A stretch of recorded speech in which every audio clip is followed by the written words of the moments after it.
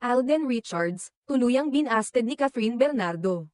Hindi na raw nanliligaw si Alden Richards kay Catherine Bernardo. Ito ang dahilan kung bakit tahimik na ngayon ang Kathden at wala ng mga balita patungkol sa kanilang relasyon. Sa isang episode ng OG Diaz Showbiz Update, ipinahayag mismo ng host na si OG Diaz na hindi na nagpapatuloy ang panliligaw ni Alden kay Catherine.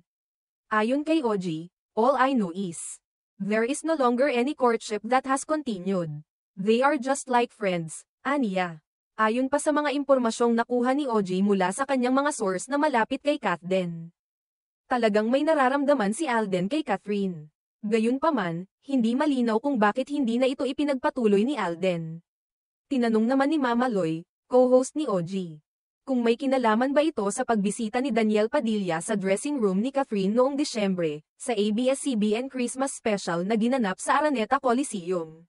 Sinagot ni OG na, "It has nothing to do with that, yung pagdalaw ni DJ." Paliwanag ni OG, "Kasi, ang alam ko din, sabi ng ka-close ni Catherine, parang kinausap lang daw ni Catherine si DJ. Pero walang hope na magkakabalikan." Ipinahayag ni OG na sa pagkakaalam ng mga taong malapit kay Catherine, hindi nagkaroon ng anumang romantikong intensyon ang pagbisita ni Daniel kay Catherine. At wala rin silang inaasahang magbabalikan pa.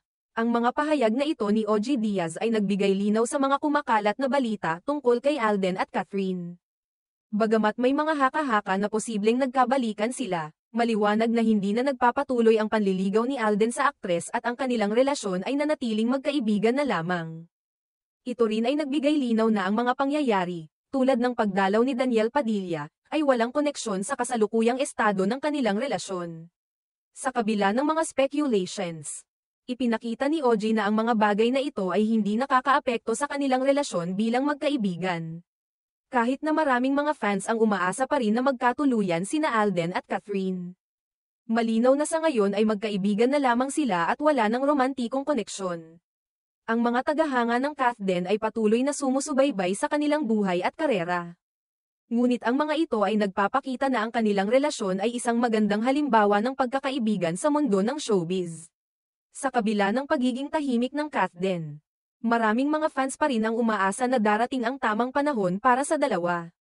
Gayunpaman, para sa ngayon, malinaw na mas pinipili nilang mag-focus sa kanilang mga karera at mga proyekto.